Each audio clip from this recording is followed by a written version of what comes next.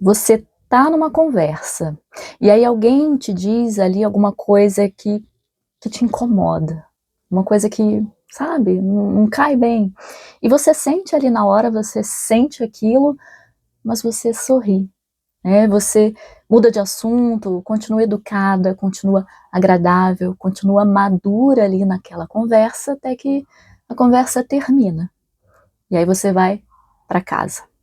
Vai para sua rotina, você toma banho, você janta, você deita na sua cama, e aí, de repente, gente, 3 dias depois, aquilo ainda tá vindo na sua cabeça. E é curioso, né? Eu não sei se você já viveu isso, eu já vivi, e é curioso porque, assim, você não brigou, você não respondeu, você não criou um conflito ali. Então, por que que aquilo ainda tá ali? Ainda dói? Ainda está incomodando de alguma forma, porque está vindo, está vindo. Então, gente, talvez porque nem toda paz seja saudável. E talvez algumas das pessoas assim mais cansadas que existam hoje sejam justamente aquelas que passam uma vida tentando manter essa paz. Porque, gente, algumas de nós, né, muitas pessoas aprenderam muito cedo a perceber o ambiente, né? Entrar numa sala, já sentir o clima, percebe ali quem é que está irritado, quem é que está triste, quem é que precisa de atenção, quem precisa de um acolhimento, né? Percebe tudo. Tem um radarzinho ligado ali, né, no emocional das pessoas, no sentimento das pessoas. E isso parece uma qualidade, e muitas vezes é uma qualidade, assim. Só que tem um risco para isso, porque algumas dessas pessoas, elas podem ficar tão ocupadas observando os outros que elas deixam de perceber a si mesmas.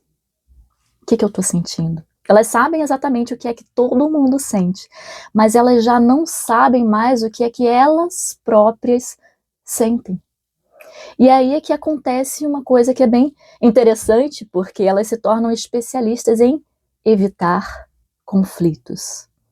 Elas vão engolir comentários, igual eu falei lá no início, elas vão relevar atitudes, vão adiar conversas, né? Às vezes tem uma conversa importante, eu vou empurrando, quem sabe isso não, ficando quieto não é melhor.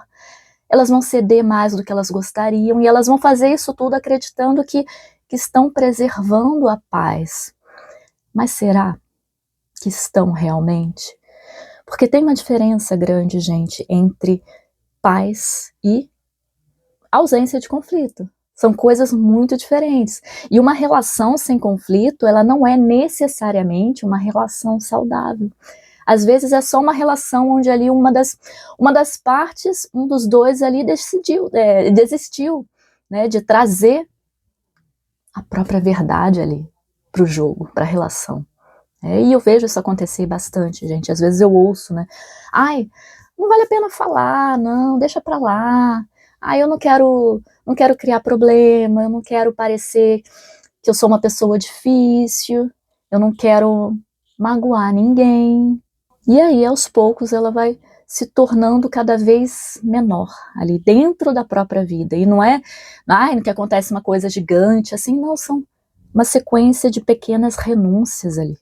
É uma opinião que não foi dita, é um limite que não foi colocado, é um desejo, uma vontade que não foi expressa, uma verdade que queria falar, mas que ficou presa aqui na garganta. E é justamente por serem pequenas coisas que quase ninguém percebe, mas elas vão se acumulando na nossa vida.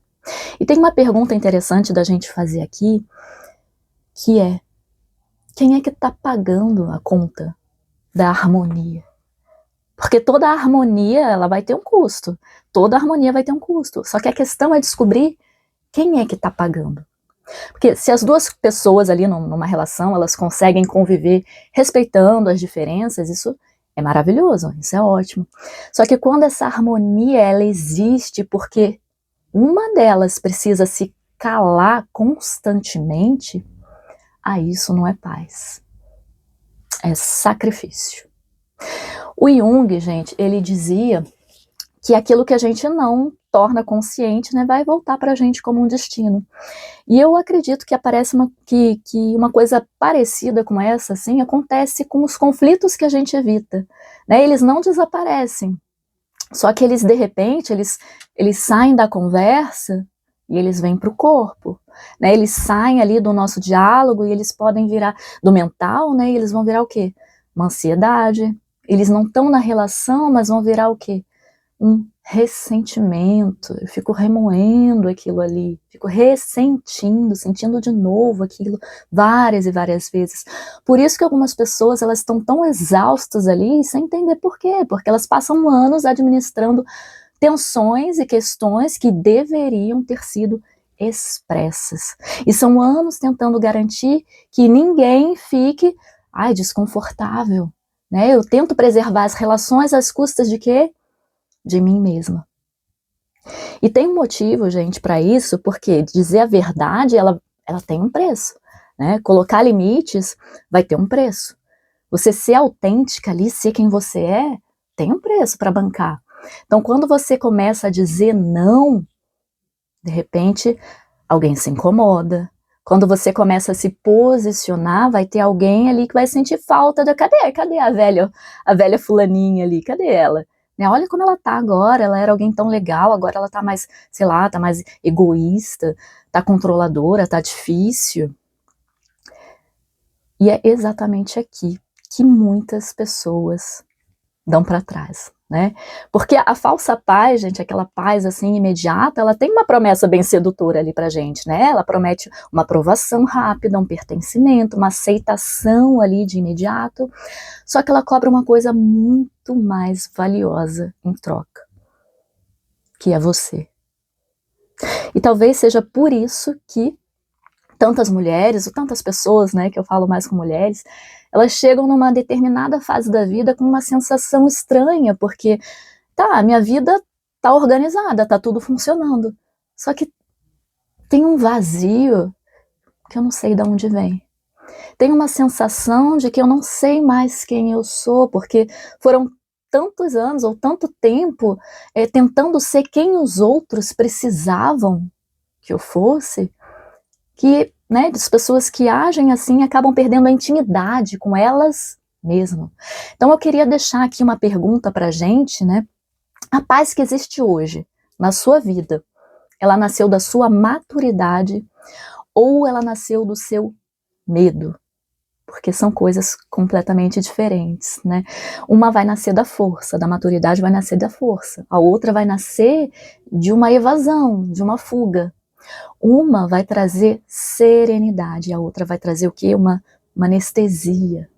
Uma vai permitir que você exista ali por inteiro, e a outra vai exigir que você se diminua para você continuar pertencendo. Então, talvez, gente, o próximo passo ali da sua caminhada, da sua evolução, não seja aprender a ter mais paz. Talvez seja desenvolver recursos para tolerar o desconforto de ser quem você é por inteiro, né? O desconforto de dizer a verdade, de colocar um limite, de decepcionar algumas pessoas, né? A gente não vai agradar todo mundo.